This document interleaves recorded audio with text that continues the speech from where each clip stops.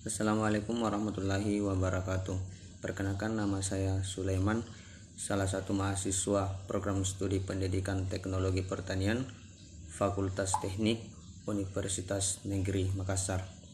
Nah, di sini saya akan menjelaskan tentang masalah tujuan dan kelembagaan pengelola wilayah pesisir dan laut. Nah, pada gambar 1 menjelaskan tentang problem terkait pengelolaan wilayah pesisir dan laut secara terpadu. Adapun masalahnya yaitu masalah inti eksploitasi sumber daya pesisir.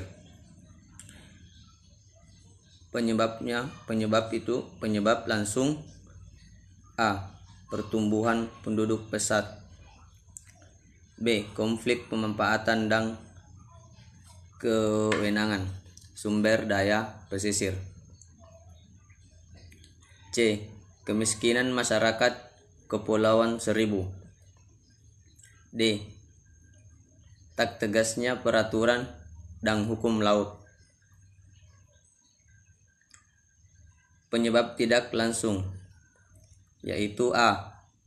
Meningkatnya pemukiman di kawasan pesisir. B. Tak jelasnya kewenangan dan peraturan hukum. C. Tak adanya koordinasi dan komunikasi. D. Penguasaan sumber daya oleh kaum pemodal kuat. Dan E. Kurang kesadaran pada gambar yang kedua menjelaskan tentang objektif dari pengelolaan wilayah pesisir dan laut secara terpadu. Goal atau sasaran sumber daya pesisir dan laut lestari.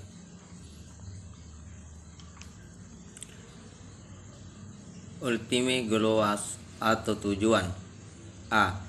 Degradasi lingkungan dapat dicegah. B. Variasi strain ikan beragam, hasil tangkapan stabil dan kesejahteraan masih terjamin. C. Kepastian hukum dalam pengelolaan. Upaya intervensi langsung: A. Membatasi populasi warga yang menghuni pulau tertentu. Daya dukun. B. Penetapan ruang pemanfaatan sumber daya pesisir, adanya perencanaan pengelolaan yang matang. C. Mempertegas aturan tentang kepemilikan sumber daya. D. Kesadaran masyarakat memelihara lingkungan dan sumber daya meningkat. Upaya intervensi tidak langsung: A. Program keluarga berencana, penataan pemukiman di kawasan pesisir. B. Menetapkan kewenangan dan peraturan hukum yang jelas dan perlu koordinasi. Pada gambar ketiga menjelaskan tentang kelembagaan pengelolaan wilayah pesisir. Setiap lembaga memiliki peran sebagaimana disebutkan sebagai berikut. A. Lembaga koordinasi. 1. Keterangan Menen LH. Bapedal bertugas mengkoordinasikan kebijakan pengelolaan lingkungan pesisir dan programnya. Bapedai mengatur proses studi analisis tentang dampak lingkungan. AMDAL. 2. Depq. Dirjen Anggaran bertugas mengkoordinasikan segenap kegiatan perencanaan pembangunan nasional dan alokasi sumber dananya untuk menunjang implementasi program. 3. Depdagri, Dirjen Bangda bertugas mengkoordinasikan segenap kegiatan perencanaan Bangda, termasuk pembangunan sektor kelautan di daerah. 4. LIPI, Pusat Pengembangan dan Penelitian Oceanologi, bertugas mengkoordinasikan kegiatan penelitian kelautan. Pusat Informasi Data Ekosistem kelautan dan memberikan saran untuk lembaga lainnya. 5. Bapedai Bravo Kabo, Paten Kota, bertugas mengkoordinasikan perencanaan pembangunan regional dan sektoral serta swasta di daerah, khususnya pengelolaan wilayah pesisir terpadu dan tata ruang. B. Panitia AD 1. Dewan Maritim Indonesia bertugas mengkoordinasikan penanganan masalah. 2. Kelompok kerja yang dibentuk untuk mengkoordinasikan pelaksanaan proyek kelautan di daerah. C. Lembaga sektoral. 1. Dep Kelautan dan Perikanan bertugas mengelola, mengembangkan, dan mengatur kegiatan perikanan di wilayah pesisir dan laut.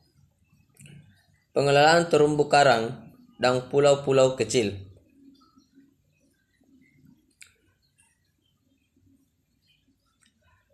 Kawasan Konservasi Laut DU.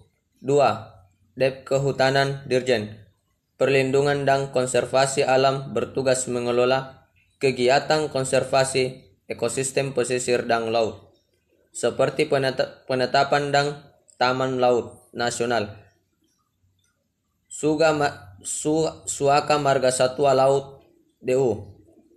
3. Dep Perhubungan Dirjen Perhubungan Laut bertugas bertanggung jawab dalam pengelolaan laut sebagai medawia transportasi, penanggulan pencemaran laut DU.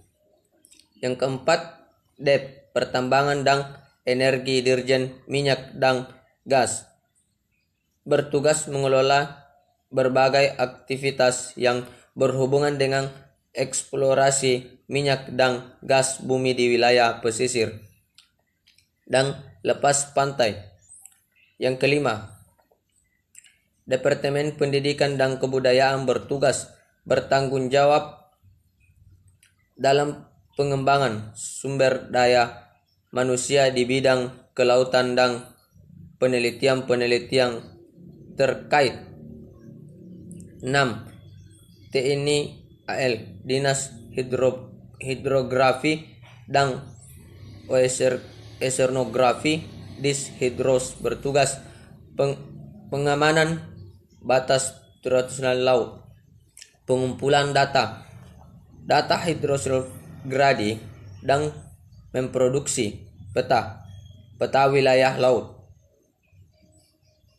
Baik, mungkin itulah tadi sedikit penjelasan tentang masalah tujuan dan kelembagaan pengelolaan wilayah pesisir. Kurang dan lebihnya mohon dimaafkan. Wabillahi taufiq wal hidayah. Assalamualaikum warahmatullahi wabarakatuh.